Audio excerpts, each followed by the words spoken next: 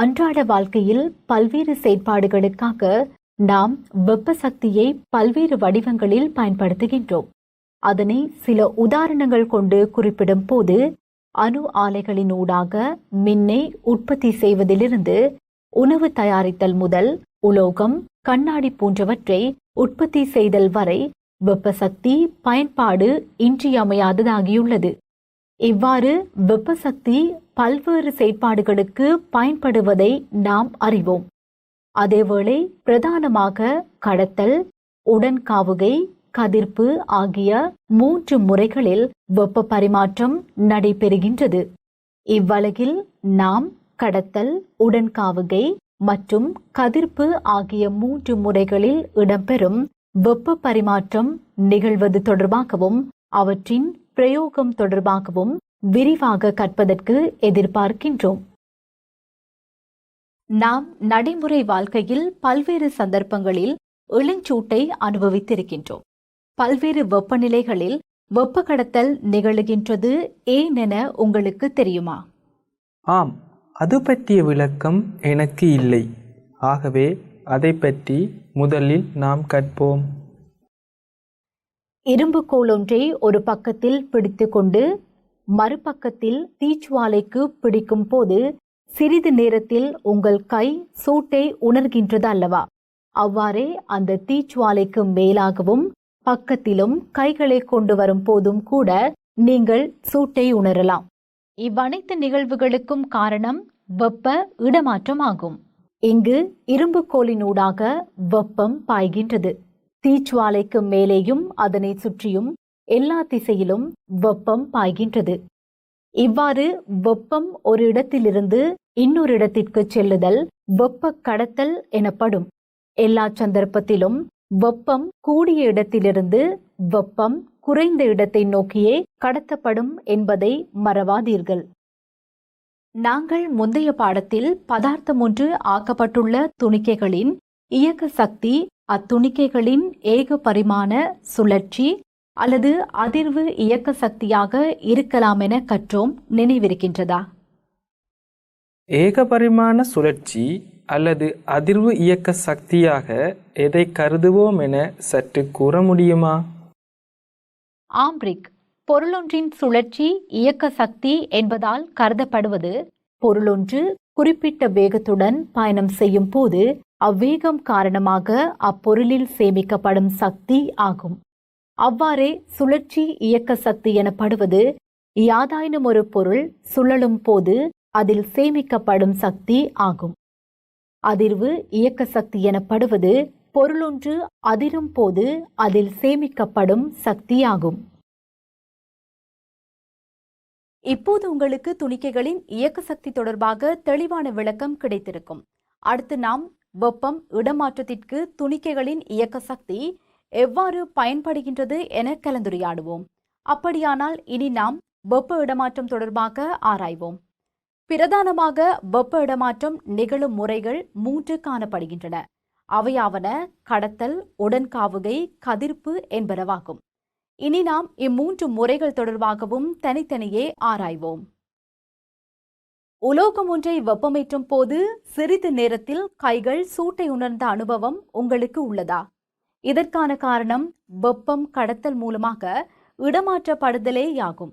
சரி, இனி நாம் இது தொடர்பாக மேலும் கலந்துரையாடுவோம். திண்ம பதார்த்தங்களில் துணிக்கைகள் ஒன்றுடன் ஒன்று பிணைந்து காணப்படுகின்ற காரணத்தினால் நன்கு இயங்கும் ஆற்றல் அவற்றிற்கு இல்லை. இதனால் திண்மங்களின் துணிக்கைகள் ஆக்கப்பட்டுள்ள அணுக்களின் சுழற்சி இயக்க சக்தியாகவே வெப்பம் காணப்படுகின்றது. உலோகம் ஒன்றில் வெப்பத்தின் ஒரு பகுதி சுழற்சி இயக்க சக்தியாகவும் மற்றைய பகுதிகள் சுயாதீன இலத்திரன்களின் இயக்க சக்தியாகவும் காணப்படும். உலோக கோளொன்றின் ஒரு முனையை வெப்பமாக்கும் போது பொருட்களுக்கு கிடைத்த புற வெப்பம் காரணமாக அதன் அணுக்களும் இலத்திரன்களும் அதிர்கின்றன. அத்துடன் இத்துணிக்கைகள் அருகிலுள்ள ஏனைய துணிக்கைகளுடன் மோதுவதனால் அத்துணிக்கைகளும் அதிரத் தொடங்குகின்றன. இவ்வாறு அத்துணிக்கைகளுக்கு அருகிலுள்ள துணிக்கைகளுடன் மோதுகின்றன. இவ்வாறு இவ்வதிர்வு மெல்ல மெல்ல பொருளின் ஏனைய பகுதிகளுக்கு பரவுவதனால் பொருள் முழுவதும் வெப்பம் பாயும். இச்செயற்பாடு வெப்ப கடத்தல் எனப்படும். இவ்வாறு துணிக்கைகள் ஒன்றுடன் ஒன்று மோதுவதனால் வெப்ப கடத்தல் சிறந்த முறையில் நடைபெறுவதற்கு துணிக்கைகள் ஒன்றிற்கொன்று மிக அருகில் அமைந்திருத்தலும் வேண்டும். எனவே கடத்தல் திண்ம பதார்த்தங்களிலேயே சிறப்பாக நடைபெறுகின்றது. அவ்வாறே திரவம் மற்றும் வாயு என்பன மிக நலிவான வெப்ப கடத்திகளாகும். பதார்த்தங்களில் வெப்ப கடத்தல் எவ்வாறு நிகழ்கின்றது என இப்போது நீங்கள் அறிவீர்கள். எனினும் இவ்வெப்ப கடத்தல் பதார்த்தத்திற்கு பதார்த்தம் வேறுபடுகின்றது. இதற்கமைய நன்கு வெப்பத்தை கடத்தும் பதார்த்தம் வெப்ப கடத்தி எனவும், வெப்பத்தை நன்கு கடத்தாத பதார்த்தம் வெப்ப அரிதிற்கடத்தி எனவும் அழைக்கப்படும். உலோகங்கள் சிறந்த வெப்ப கடத்தியாக இருப்பதற்கு அவற்றில் உள்ள சுயாதீன இலத்திரன்களே காரணம். அவ்வாறே சில திண்மங்கள் வெப்ப அரிதிற்கடத்தியாக தொழிற்படுகின்றன. இங்கு உலோகத்தை போன்று துணிக்கைகள் ஒன்றுடனொன்று நெருக்கமாக பிணைந்து காணப்படாமையினாலும் அவற்றில் சுயாதீன இலத்திரன்கள் காணப்படாமையினாலும் அவை வெப்ப அரிதிற்கடத்தியாக தொழிற்படுகின்றன. இதனாலேயே உணவு தயாரிக்கும் போது களிமண் பாத்திரங்களுக்கு பதிலாக அலுமினியம் பாத்திரங்கள் பரவலாக பயன்படுத்தப்படுகின்றன. அவ்வாறே திரவங்களிலும் வாயுக்களிலும் துணிக்கைகள் ஒன்றிற்கொன்று அப்பால் அமைந்துள்ளதனால் ஒரு துணிக்கை மற்றொரு துணிக்கையுடன் மோதுவதற்கு சிறிது நேரம் எடுக்கும். திரவம் மற்றும் வாயு கடத்திகளினூடாக வெப்பம் இடமாற்றம் மிக அரிதாகவே நிகழும். இதனால் வெப்ப அரிதிற்கடத்தியை நன்கு வெப்பமேற்றுவதற்கு அதிக நேரம் எடுப்பதுடன் அதற்காக அதிக வெப்பமும் விரயமாகும். சில உயிரினங்கள் தமது உடல் வெப்பநிலையை பேணுவதற்கு இவ்வியல்பு வெகுவாக பயன்படுகின்றது. உதாரணமாக பறவைகளை எடுத்துக்கொண்டால் அவை தமது சிறகுகளை விரிப்பதன் மூலம் சிறகுகளுக்கிடையில் வழிப்படையொன்றை உருவாக்கிக் கொள்வதனை குறிப்பிடலாம். வளி மிக அரிதாகவே வெப்பத்தை கடத்துவதனால் அதனூடாக வெளியேறும் வெப்பமும் மிக குறைவு. இதனால் பறவைகள் குளிர்காலங்களில் தமது உடலில் வெப்பநிலையை சீராக பேணுகின்றன. வெப்ப கடத்தலின் போது வெப்ப கடத்தியின் துணிக்கைகளின் அமைவிற்கேற்ப வெப்ப கடத்தல் மாறுபடுவதை பற்றியும் அவற்றின் முக்கிய செயல்முறை பயன்பாடுகள் பற்றியும் வெகுவாக கலந்துரையாடினோம். சரி, நாம் அடுத்து உடன்காவிகை மூலமாக வெப்ப இடமாற்றம் தொடர்பாக விரிவாக ஆராய்வோம். திரவங்களிற்கும் வாயுக்களிற்கும் வெப்பத்தை வழங்கும் போது துணிக்கைகளின் இயக்க சக்தி அதிகரிக்கும். ஆகவே அவை மேலும் வேகத்துடன் இயங்குகின்றன. இதனால் வெப்பமடைந்த பகுதியில் உள்ள திரவம் அல்லது வாயு விரிவடைவதனால் அவற்றின் அடர்த்தியும் குறைவடைகின்றது. இத்திரவ பகுதி அல்லது வாயு பகுதி மேலே சென்று அடர்த்தி கூடிய வெப்பமடையாத திரவம் அல்லது வாயு பகுதி கீழ் நோக்கி பயணிக்கும். அவ்வாறு கீழே வரும் திரவம் அல்லது வாயு பகுதி வெப்பமடைவதனால் அது மீண்டும் மேலெழும். இச்செயற்பாட்டினூடாக வெப்பம் வழங்கப்படும் பிரதேசத்திலிருந்து வெப்பம் மேல் நோக்கி பயணித்தல் செல்லுதல் உடன்காவுகை எனப்படும். மரம் ஒன்றிற்கு கீழே தீ மூட்டும் போது தீச்சுவாலைக்கு மேலேயுள்ள மரத்தின் இலை சிறிய கிளைகள் என்பன அசைவதனை நீங்கள் அவதானித்திருப்பீர்கள் தானே. அதற்கு காரணம் உடன்காவுகையாகும். இங்கு தீச்சுவாலை காரணமாக வெப்பமடைந்த வழி மேலெழுவதனால் இலைகளும் சிறிய கிளைகளும் அசைகின்றன. இவ்வாறு வெப்பமடைந்து வாயு துணிக்கைகள் மேலெழுதல் உடன்காவுகை எனப்படும். அடுத்து நாம் நடைமுறை வாழ்க்கையில் உடன்காவுகை பயன்படும் சந்தர்ப்பங்களில் ஒன்றாகிய அமிழ்ப்பு வெப்பமாக்கியின் செயற்பாடு தொடர்பாக ஆராய்வோம். இவ்வாறு இரண்டு அமிழ்ப்பு வெப்பமாக்கிகளை சம அளவு நீர் நிரப்பப்பட்ட இரண்டு பாத்திரங்களினுள் இடுங்கள். ஒரு பாத்திரத்தின் அடிப்பரப்பிற்கு சற்று மேலே அமிழ்ப்பு வெப்பமாக்கி இருக்கக்கூடியவாறும் மற்றைய பாத்திரத்தின் அடியில் அமிழ்ப்பு வெப்பமாக்கி இருக்கக்கூடியவாறும் அமிழ்ப்பு வெப்பமாக்கிகளை வையுங்கள். பின்னர் இரு பாத்திரங்களினுள்ளும் வெப்பமானிகள் இரண்டை வைத்து அவை ஒரே சம மட்டத்தில் இருக்கக்கூடியவாறும் வையுங்கள். ஒரே பொழுதில் நீரை சூடாக்கி ஒரே சந்தர்ப்பத்தில் வெப்பமானி வாசிப்புகளை பெற்றுக்கொள்ளுங்கள். அமிழ்ப்பு வெப்பமாக்கியை வைத்த பாத்திரத்தின் அடிப்பரப்பிற்கு மேலே நீரின் வெப்பநிலையானது மற்றைய பாத்திரத்தில் உள்ள நீரின் வெப்பநிலையிலும் அதிகம் என்பதனை வாசிப்புகளை நீங்கள் அவதானிக்கும் போது காணலாம். முதலில் அமிழ்ப்பு வெப்பமாக்கி அடிப்பரப்பிற்கு மேலே உள்ள பாத்திரத்தை கருதுங்கள். இங்கு அமிழ்ப்பு வெப்பமாக்கி தொடுகையில் உள்ள மட்டத்திற்கு மேலே உள்ள நீர் மட்டும் வெப்பமடைந்து உடன் காவுகை ஓட்டமாக மேலெழுகின்றது. இதனால் அமிழ்ப்பு வெப்பமாக்கி தொடுகையில் உள்ள மட்டத்திற்கு கீழே உள்ள நீர் வெப்பமடைவதற்கு அதிக நேரம் எடுக்கும். எனினும் மற்றைய பாத்திரத்தில் அமிழ்ப்பு வெப்பமாக்கி பாத்திரத்தின் அடியில் இருப்பதனால் அடியிலுள்ள நீர் நன்கு வெப்பமடைகின்றது. இங்கு வெப்பமடைந்த துடிக்கைகளின் அடர்த்தி குறைவடைவதனால் மேல் நோக்கி உடன்காவுகை ஓட்டமாக மேலெழுகின்றது. இதனால் பாத்திரத்தின் உள்ள நீர் குறுகிய காலத்தினுள் நன்கு வெப்பமடைகின்றது. சரி, அப்படியானால் அடுத்து நாம் உடன்காவுகையினால் நிகழும் இயற்கை நிகழ்வுகள் தொடர்பாக கலந்துரையாடுவோம்.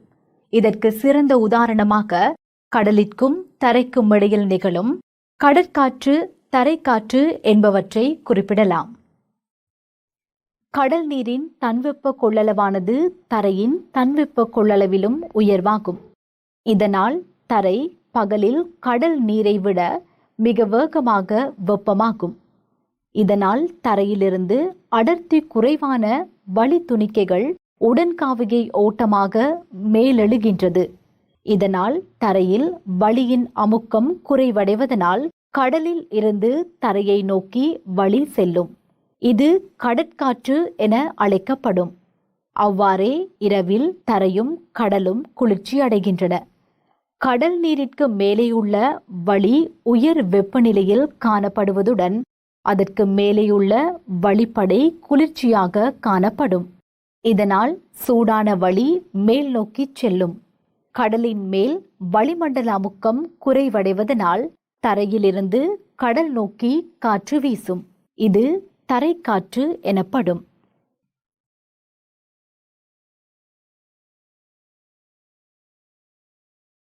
இதுவரை நாம் உடன்காவுகை ஓட்டம் தொடர்பாக ஆராய்ந்தோம். ரிக், வெப்ப இடமாற்றம் நடைபெறும் மற்றொரு முறை பற்றி உங்களுக்கு ஞாபகம் இருக்கின்றதா? ஆம், மற்றைய முறைதான் கதிர்ப்பு. அடுத்து நாம் கதிர்ப்பின் மூலம் நடைபெறும் வெப்ப இடமாற்றம் தொடர்பாக கலந்துரையாடப் போகின்றோம் அல்லவா? நீங்கள் தீச்சுவாலி ஒன்றிற்கு அருகில் உள்ள போது அல்லது அதற்கு அருகில் செல்லும் போது சூட்டை உணர்ந்திருப்பீர்கள் தானே? இங்கு துணிக்கைகள் நன்கு நெருக்கமாக பிணைக்கப்பட்ட திண்மம் ஒன்று எமது உடலுடன் தொடுகையடைவதும் இல்லை. அதேபோல் வெப்பமடைவதனால் தீச்சுவாலையிலிருந்து மேலே செல்லும் வழியும் எமது உடலில் படுவதில்லை. அதனால் தீச்சுவாலைக்கு அண்மையிலிருந்து வெப்ப பரிமாற்றம் கடத்தல் மூலமாகவே உடன்காவுகை மூலமாகவோ ஏற்படவில்லை என்பது தெளிவாகின்றது. கடத்தல் மூலம் வெப்ப பரிமாற்றம் நிகழுவதற்கு சிறந்த வெப்ப கடத்தல் ஊடகம் அவசியமாகும். எனினும் வளி சிறந்த வெப்ப காவலி என நீங்கள் அறிவீர்கள். உடன்காவுகை ஓட்டமானது மேல் நோக்கியே செல்லும் எனவும் நீங்கள் அறிவீர்கள். எனவே இங்கு வெப்ப பரிமாற்றம் வேறொரு முறையினால் நிகழுகின்றது என்பது தெளிவாகின்றது. இங்கு வெப்ப பரிமாற்றம் நிகழும் முறை கதிர்ப்பினால் ஆகும். அவ்வாறே இவை கதிர்களாகவே பயணம் செய்யும். வேறு விதமாக சொல்வதென்றால் அவை அலை வடிவிலேயே பயணம் செய்யும் எனலாம். இவ்வலையானது எமது உடலில் படும் போது அவ்வலையினால் காணப்படும் வெப்பம் எமது உடலினால் உறிஞ்சப்படும். கதிர்ப்பின் மூலம் இவ்வாறே எமது உடல் வெப்பத்தை உணருகின்றது. இவ்வாறு வெப்பமடைந்த பொருளொன்றிலிருந்து வேறு ஒரு பொருளிற்கு வெப்பம் கடத்தப்பட ஊடகத்தின் துணிக்கைகள் பங்களிக்காது. வெப்ப பரிமாற்றத்துக்கு மின்காந்த அலைகள் பங்களித்தல் வெப்ப கதிர்ப்பு எனப்படும். கதிர்ப்பிற்கு துணிக்கைகளின் கூடிய ஊடகம் ஒன்று அவசியமில்லை என்பது இதன் மூலம் உங்களுக்கு தெளிவாகி இருக்கும். அப்படியென்றால் கதிர்ப்பு நடைபெறுவது வெற்றிடத்தினூடாக மட்டுமா? கதிர்ப்பானது ஊடகத்தினூடாகவும் வெற்றிடத்தினூடாகவும் துணிக்கைகளினால் எளிதாக ஊடுகடத்தப்படும். கதிர்ப்பானது ஊடகத்தினூடாகவும் வெற்றிடத்தினூடாகவும் காணப்படும். சூரியனிலிருந்து புவி வரைக்கும் ஏறத்தாழ 150 மில்லியன் கிலோமீட்டர் தூரம் வெற்றிடத்தினூடாகவும் வெப்ப இடமாற்றல் கதிர்ப்பின் மூலம் என்பதை மறவாதீர்கள். சரி, நாம் இதுவரை கதிர்ப்பு பற்றியும் கதிர்ப்பு நடைபெறும் முறைகள் பற்றியும் ஆராய்ந்தோம். அடுத்து நாம் கதிர்ப்பு எமக்கு எவ்வாறு பயன்படுகின்றது என கலந்துரையாடுவோம். பகல் நேரங்களில் கருப்பு உடை அணிந்த சந்தர்ப்பங்களை விட வெள்ளை உடை அணிந்த சந்தர்ப்பங்களில் குறைவான சூட்டை உணர்கின்றோம் அல்லவா? இதற்கு காரணம் வெள்ளை மேற்பரப்பளவு அதிக அளவில் வெப்பத்தை தெறிப்படைய செய்தல் ஆகும். எனினும் கருப்பு அல்லது வேறு இருண்ட நிற உடைகளை அணியும் போது சூரிய ஒளியினால் கிடைக்கும் வெப்பத்தில் அதிக அளவை உடைகள் உறிஞ்சுவதனால் உடல் அதிக சூட்டை உணர்கின்றன. அதிக குளிரான நாடுகளில் உள்ள மக்கள் கருப்பு நிற உடை அணிவதனால் வெப்ப முதல்களில் இருந்து வரும் வெப்ப கதிர்களை அவர்களின் உடைகள் நன்கு உறிஞ்சிக் கொள்கின்றன. அதனால் குளிர்காலங்களிலும் வெப்ப காலங்களிலும் அவர்களால் உடல் வெப்பநிலையை சீராக பேணக்கூடியதாக உள்ளது. எனினும் அவர்கள் வெண்ணிற ஆடை ஒன்றை அணிந்திருக்கும் போது உறிஞ்சப்படும் வெப்ப கதிர்களின் அளவு குறைவடைகின்றது. சுடுநீர் போத்தல்களின் உட்பகுதி பளபளப்பான மேற்பரப்பாக இருப்பதனை நீங்கள் அவதானித்திருப்பீர்கள். அவ்வாறு பளபளப்பான மேற்பரப்பு பயன்படுத்தப்படுவதற்கான காரணம் போத்தலில் உள்ள சுடுநீரிலிருந்து வெப்பம் கதிர்ப்பாக வெளியேறுவதனை தடுப்பதற்காகவே. இதன்போது வெப்பம் பிரகாசமான மேற்பரப்பில் பட்டு போத்தலில் உள்ள நீரை நோக்கி மீண்டும் தெறிப்படையும். ஆகவே சுடுநீர் போத்தலில் உள்ள நீர் ஆறாமல் காணப்படும். நாம் கதிர்ப்பு நடைபெறும் முறையையும் அதன் பிரயோகங்கள் பற்றியும் ஆராய்ந்தோம். ரிக், கதிர்ப்பின் போது வெப்பம் அகத்துறிஞ்சப்படுமா அல்லது காலப்படுமா என்பது பற்றி உங்களுக்கு தெரியும் தானே? ஆம், எமது அன்றாட வாழ்க்கையில் பல்வேறு செயற்பாடுகளின் போது எமக்கு பயன்படும் முக்கியமானதொரு செயற்பாடாக கதிர்ப்பு வெப்பத்தின் அகத்துறிஞ்சலையும் காலலையும் குறிப்பிடலாம். அடுத்து நாம் கதிர்ப்பு எமது அன்றாட வாழ்க்கையில் பயன்படும் சந்தர்ப்பங்கள் தொடர்பாக கலந்துரையாடுவோம். கதிர்ப்பின் மூலம் வெளிவிடப்படும் வெப்பம் யாதாயினும் ஒரு பொருளில் படும் போது அதில் ஒரு பகுதி அப்பொருளினால் உறிஞ்சப்படுவதோடு எஞ்சிய பகுதி அம்மேற்பரப்பினால் காலப்படுகின்றது. யாதாயினும் ஒரு பொருள் வெப்பத்தை உறிஞ்சும் வீதம் அல்லது காலல் செய்யும் வீதம் பிரதானமாக 2 காரணிகளில் தங்கியுள்ளன. மேற்பரப்பின் கரடான அல்லது ஒப்பமான தன்மையும் அம்மேற்பரப்பின் நிறமும் பிரதான காரணிகளாக செல்வாக்கு செலுத்துகின்றன. இங்கு கருப்பான கரடான மேற்பரப்பு சிறந்த வெப்ப கதிர் உறிஞ்சியாகவும் சிறந்த வெப்ப காவியாகவும் இருக்கும். குறிப்பிட்டு கூறும் வகையில் கருமையான மேற்பரப்புடைய பொருள்கள் மிக நன்றாக வெப்பத்தை அகத்துறிஞ்சுவதுடன் வெப்பத்தை குறைந்த அளவிலேயே காலல் செய்யும். அவ்வாறே வெண்மையான பளபளப்பான மேற்பரப்பு மந்த வெப்ப கதிர் உறிஞ்சியாகவும் மந்த கதிர் வீசியாகவும் இருக்கும். வெப்பவியல் பாடத்துடன் தொடர்புடைய வெப்ப பரிமாற்றம் எனும் பகுதி இத்துடன் நிறைவடைகின்றது. அதற்கமைய வெப்பவியல் அலகுடன் தொடர்புடைய வெப்பநிலை, வெப்பம், பதார்த்தங்களின் நிலை மாற்றம், வெப்ப பரிமாற்றம் போன்ற பகுதிகள் இத்துடன் கலந்துரையாடி